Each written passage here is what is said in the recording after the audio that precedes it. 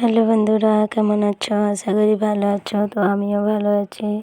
তো আজ একটা ভিডিও নিয়ে এসেছি। তো বিরিয়ানি, আমি চিকেন বিরিয়ানি, এগ বিরিয়ানি দুটোই বানাচ্ছি। তো আমি দেখুন আগে ভাতটা রাইসটা করে নিয়েছি, তারপরে ডিম আলুটা ভেজে নিয়েছি, তারপরে এই পাশে দই দিয়ে মাংসটাকে ম্যারিনেট করে রেখে দিয়েছিলাম 10 মিনিট।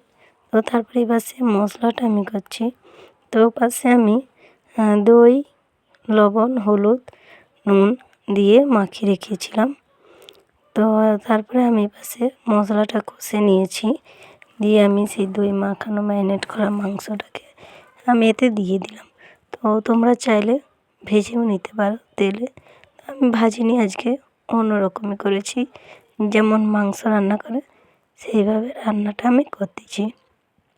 তো সব ভিডিওটা পুরোটা আমি দেখাতে পারছি না, তো তোমাদেরকে কিছুটাই দেখাচ্ছি যতটা আমি পেরেছি।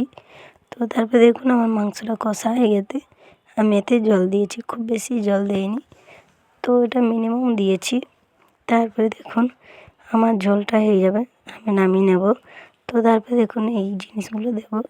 এটা হলো বিরিয়ানির মশলা গুঁড়ো, আর এটা হলো মিঠা আতর।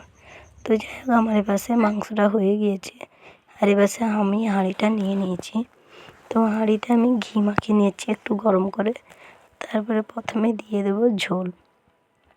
তো ঝোলটা আমি হাতায় করে তুলে দিচ্ছি পরিমাণ মতন, প্রথমে নিচে তো তাই জন্য অল্প দিচ্ছি। তারপরে ঝোলটা দিয়ে আমি এতে একে একে আলু দিয়ে দেবো। আলুটা দিয়ে তারপরে দেবো আমি মাংস, চিকেনটা দেবো। তো চিকেনটা দেওয়া হয়ে গেলে আমি ভালো করে সাজিয়ে নেব। তো তোমরা চাইলে যে যেরকম পারে করতে পারো, তো আমার তো এটাই ভালো লাগে। তারপরে দেখুন আমি চিকেনটা দিয়ে দিয়েছি, দিয়ে আমি এবারে রাইসটা দিয়ে দিচ্ছি। দেখুন এইভাবে দেবো আমি, এইভাবে পুরোটাই আমি সাজাবো থাক থাক করে। তো আমার মেয়ে ক্যামেরা ধরেছে, তো যদি ভুলে থাকে প্লিজ ক্ষমা করবেন। আমার মেয়ে পুরো ক্যামেরাটাই ধরেছে, তারপরে আমি বললাম আমাকে দিয়ে আমি ধরি, তাই আমি এই হাতে ক্যামেরা ধরছি আর এই হাতে সব করতেছি। পুরোটা হয়তো আমি দেখাতে পারবো না। তো যাই হোক, দেখুন আমি এইভাবে পুরো হাঁড়িটা সাজিয়ে নেবো। রাইস দিয়ে দিচ্ছি, দিয়ে এবার গুঁড়ো মশলাটা আমি এবারে দিয়ে দেবো, ভালো করে বিছিয়ে দেবো, যাতে না কোনো দেখা যায় মাংস।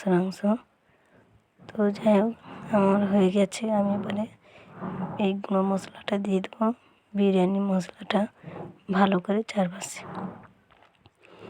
তো আমি এটা দিয়ে দিচ্ছি, দিয়ে এবারে আমি আমার এইভাবে পুরোটা সাজিয়ে নিলাম থাক থাক করে, আবার ঝোল দিয়ে। তো আমি আগে থাকতে একটু ভাত কালার দিয়ে মাখিয়ে রেখেছিলাম, সেটা উপরে দিয়ে দেবো, দিয়ে দুধ দিয়ে দেবো। আমি এটা আমুল দুধ দিচ্ছি, তোমরা চাইলে লিকুইড দুধ দিতে পারো। তো উপরে আমি এইভাবে দিয়ে দেবো, আস্তে আস্তে করে চারদিকে ছড়িয়ে ছড়িয়ে দিয়ে দেবো, স্বাদটা ভালো লাগবে। তো তারপরে যাই হোক আমি দিয়ে দিলাম, দিয়ে এতে গুঁড়ো মশলাটা দিয়ে দিলাম, দিয়ে এখানে আমি আগে থাকতে পেঁয়াজটাকে পেস্তা করে রেখেছিলাম, তো সেই পেস্তাটাও উপরে দিয়ে দেবো। দিলে আমার এভাবে রেডি। তো রেডি হয়ে গেছে। তো আমি এখন এটাকে চুলাতে বসিয়ে দেবো। উনানে বসিয়েছি, জলে বসাইনি, উনানে বসিয়েছি। তো আমি উনানে বসিয়েছি, তোমরা চাইলে গ্যাসের ওপরে জল বসিয়ে তার উপরে বসাতে পারো।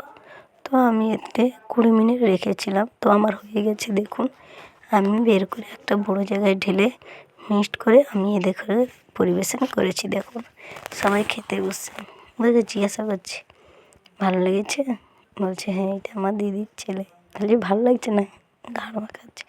তো বন্ধু, তোমরা যদি এরকম করতে চাও